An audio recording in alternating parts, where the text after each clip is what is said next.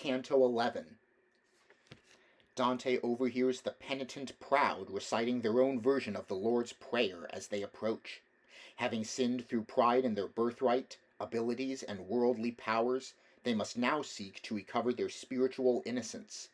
Umberto Aldobrandesco, a member of the great Ghibelline family, advises the poets to turn right and follow him to the next flight of steps. The manuscript painter Odorizzi of Gubbio gives a discourse on the vanity of temporal fame. He points to the Provencan Salvani, a despotic Sienese nobleman, whose one great gesture of humility led him straight here instead of being detained in anti-purgatory in the company of the late repentant. Odorizzi predicts Dante's coming exile. O Father, thou who dwellest in the heavens, not circumscribed, but from the greater love thou bearest to the first effects on high, praised be thy name and thine omnipotence by every creature, as befitting to render thanks to thy sweet effluence.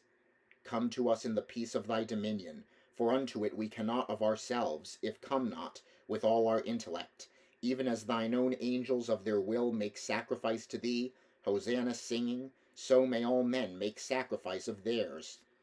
Give unto us this day our daily manna, withouten which in this rough wilderness backward goes he who toils most to advance.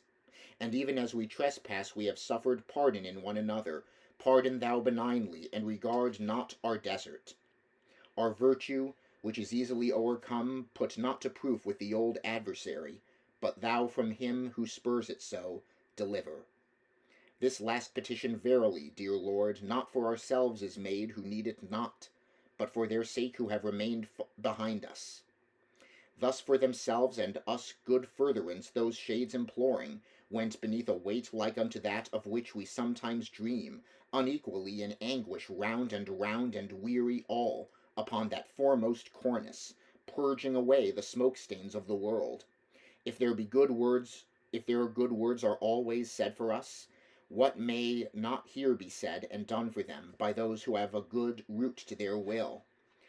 Well may we help them wash away the marks that hence they carried, so that clean and light they may ascend unto the starry wheels.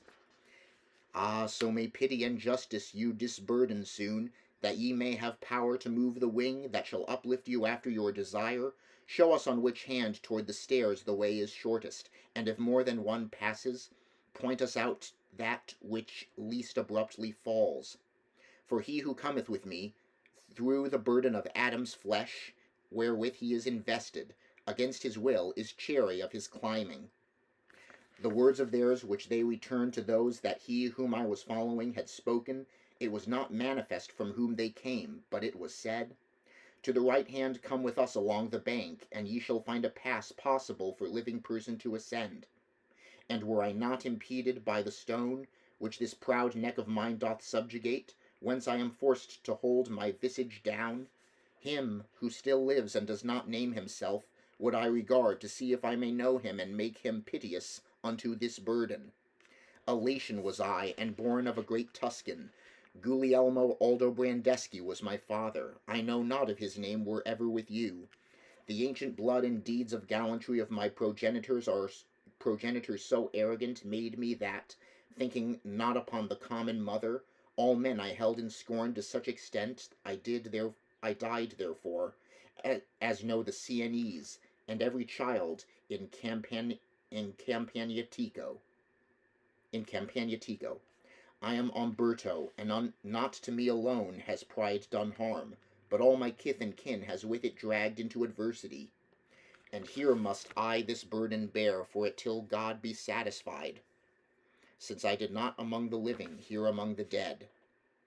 Listening, I downward bent my countenance, and one of them, not this one who was speaking, twisted himself beneath the weight that cramps him, and looked at me, and knew me, and called out, keeping his eyes laboriously fixed on me, who all bowed down, was going with them.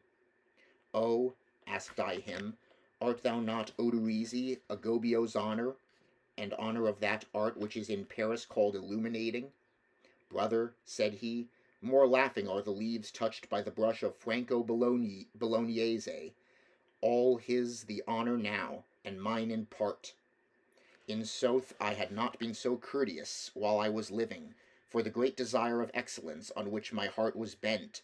Here of such pride is paid the forfeiture, and yet I should not be here were it not that, having power to sin, I turn to God. O thou vain glory of the human powers, how little green upon thy summit lingers, if not be followed by an age of grossness. In painting Cimabue thought that he should hold the field. Now Giotto has the cry, so that the other's fame is growing dim. So has one Guido from the other taken the glory of our tongue, and he perchance is born who from the nest shall chase them both. Naught is this mundane rumour, but a breath of wind, that comes now this way and now that, and changes name, because it changes side. What fame shalt thou have more, if old peel off from thee thy flesh, than if thou hadst been dead before thou left the Papo and the Dindi, ere pass 1,000 years, which is a shorter space to thee etern, than twinkling of an eye under the circle that in heaven wheels slowest. With him, who takes so little of the road in front of me, all Tuscany resounded, and now he scarce is lisped of in Siena, where he was lord what time was overthrown the Florentine delirium, that superb was at the day as now 'tis prostitute, was at that day as now 'tis prostitute. Your reputation is the colour of grass which comes and goes, and that discolours it by which it issues green from out the earth. And I, thy true speech fills my heart with good humility, and great tumour thou assuagest.